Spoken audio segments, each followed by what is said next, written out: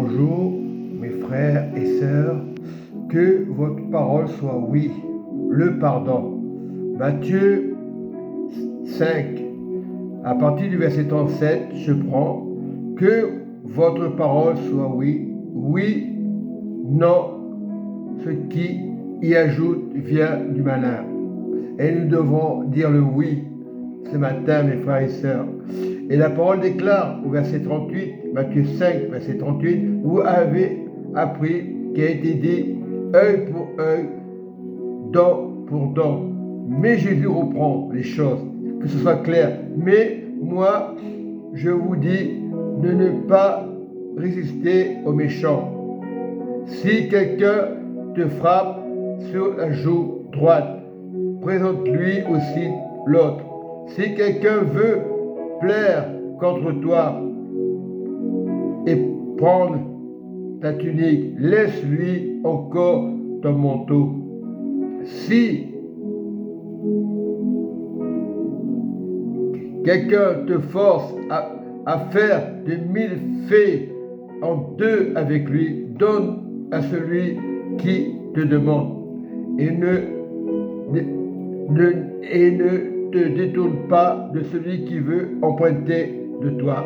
Vous avez appris qu'il a été dit, tu aimeras ton prochain et tu haïras ton ennemi. Mais Jésus reprend les choses. Mais moi, je vous dis, aimez-vous vos ennemis, bénissez ceux qui vous maudissent, faites du bien à ceux qui vous haïssent. Faites du bien à ceux qui vous haïssent. Et priez pour tous ceux qui vous maltraitent et qui vous persécutent, afin que vous soyez fils de votre Père qui est dans les cieux. N'est-ce pas compliqué? C'est normal. Dans ce monde, il y aura des méchants, il y aura des gens qui ne vont pas vous aimer, mais le pardon, ce n'est pas ressembler aux méchants. Lorsque tu donnes ta vie à Jésus, tu ne dois pas être comme les méchants, parce que tu participes aux ténèbres. Et aujourd'hui, même dans les assemblées, on se maudit parce que le frère n'a pas donné ses offrandes, parce que le frère n'a pas dit ça. Alors on détourne le regard du frère. Mais priez les uns pour les autres. Ne ressemblez pas aux méchants.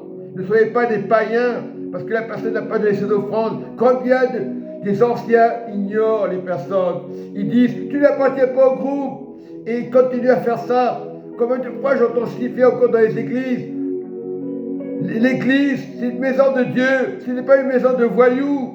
Mais on continue, et ses frères ils viennent chaque dimanche, et ils continuent à être rebelles, à siffler, parce qu'ils ont peut-être la santé, peut-être ils peuvent marcher physiquement, mais non, ils n'ont pas le pardon.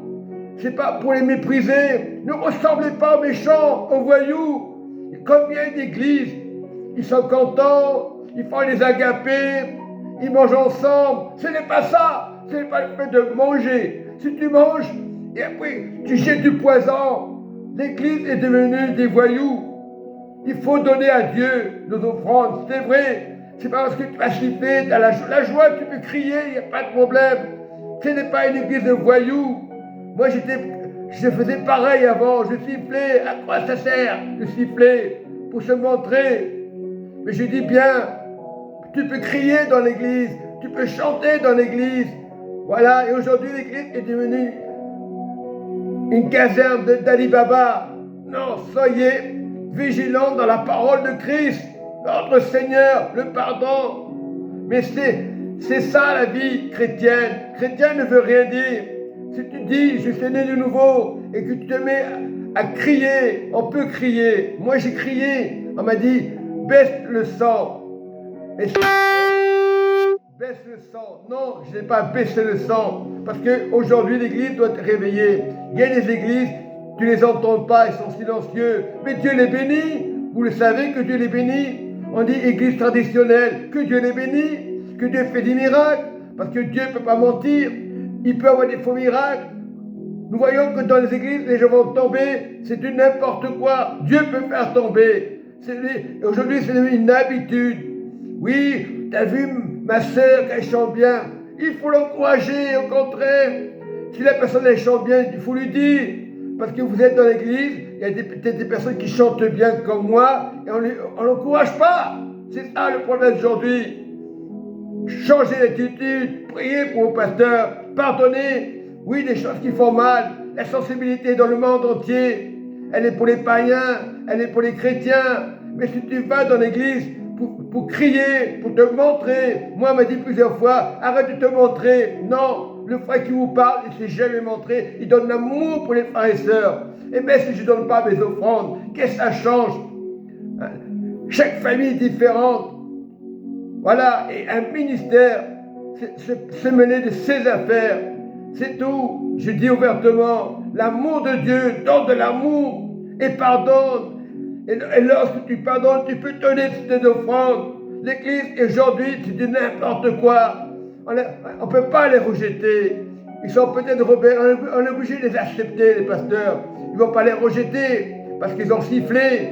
Mais moi, je dis, l'Église qui est de l'amour, c'est de l'ordre. Voilà, autour de nous, on s'est tellement habitués dans les églises évangéliques à crier. On est devenus des crieurs. On ne sait même pas pourquoi on crie par moment. Crie par amour. C'est ça la grâce. Parce que Dieu vous aime. La prière de notre Père, ça ne sert à rien de la réciter. Si vous ne voulez pas pardonner, ce n'est pas facile pour changer quelqu'un. C'est Dieu qui change. C'est Dieu qui donne la repentance. Comme Salomon était un homme riche, un homme heureux. Et à la fin de sa vie, il a fait n'importe quoi. C'était les femmes, c'était la séduction. C'est vrai, des moments où on parle mal de la bouche et c'est pas bien. On doit faire des efforts. Ceux qui les écoutent, on doit donner un modèle pour Jésus. On est toujours dans le monde. Jésus est plus grand dans le monde, dans nos cœurs. Mais on ne le fait pas. Comme des fois on dit, celui qui est dans notre cœur est plus haut que dans le monde. On ne le fait pas. Celui qui est Jésus, tu dois être simple, tu dois pardonner. Mais si on te maltraite, mais si on se moque de toi, cherche le royaume de Dieu premièrement, sa justice. Car ce que je vous le dis, Jésus vous aime.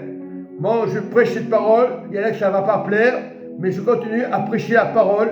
Arrêtez de siffler dans les églises. Et le pasteur, il dit rien, il se tait. Mais c'est un scandale.